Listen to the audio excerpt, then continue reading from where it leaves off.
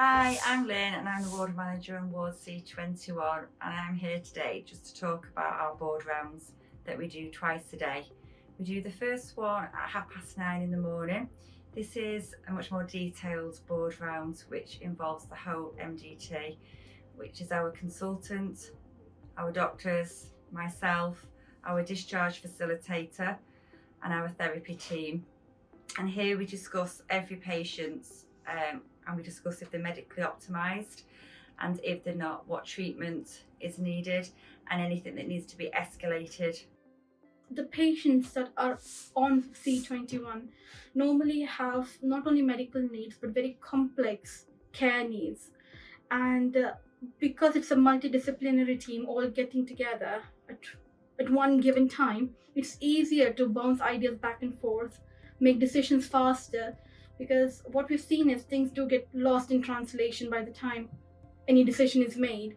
So the people who can and are expert enough to make decisions are all there, and it expedites the process. It makes things a lot easier than to have run in circles, chase people around. They're all there. They can all give their advice, or if they can't do anything, at least they know who we need to speak to next. It makes the process a lot easier. For ERCP today, after ERCP is going to be monitored for liver function tests. So I would say expected date of discharge from medical team will be Thursday or Friday. We can change to, should we change it to Thursday afternoon? Thursday afternoon after work on. Yeah, but Thursday. TOs are ready, we'll get the transport sorted. We have already ran discharge round. TTOs classroom. We've got 4 pathways that we use. Pathway 1, which would be for people that didn't really need a lot of care, that maybe just needed Red Cross or a package of care restarting.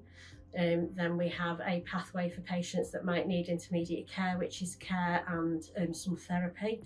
Then we have a pathway for intermediate care patients that are going to a bed base. And then we have patients that will require 24-hour care, which can be for EMI nursing or residential care. We also put discharge to assess paperwork in for patients that are going to transitional beds. So as a therapy team, we aim to assess our patients within 24 hours, and from that we create a therapy plan to support discharge. And then we feed back to the MDT during board round with any actions that we need to take and a plan of how long that will be. This gentleman looks like he has he's a hoist, he's got a ceiling track situated. Do you want us to do the D2A for this? Yeah. Yes. Okay, we'll do that. Should we change ED2 to Thursday? Board round is really important because you can see the patient from all points of view of the different part of the MDT. Like, for example, the medics. If the medics deem that patient medically fit, then we could then proceed with our discharge planning plan, that we think is appropriate for the patient based on our assessment.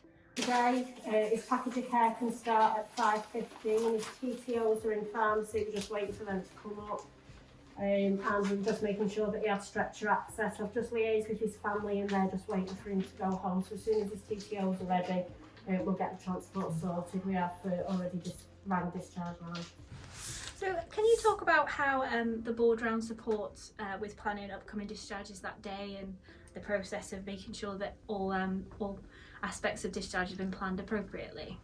So as a whole, it's an opportunity for the whole multidisciplinary team to come together to discuss and to stay focused, proactive on upcoming discharges, in keeping with patient flow issues, because obviously we feedback patient flow status to the wards as well.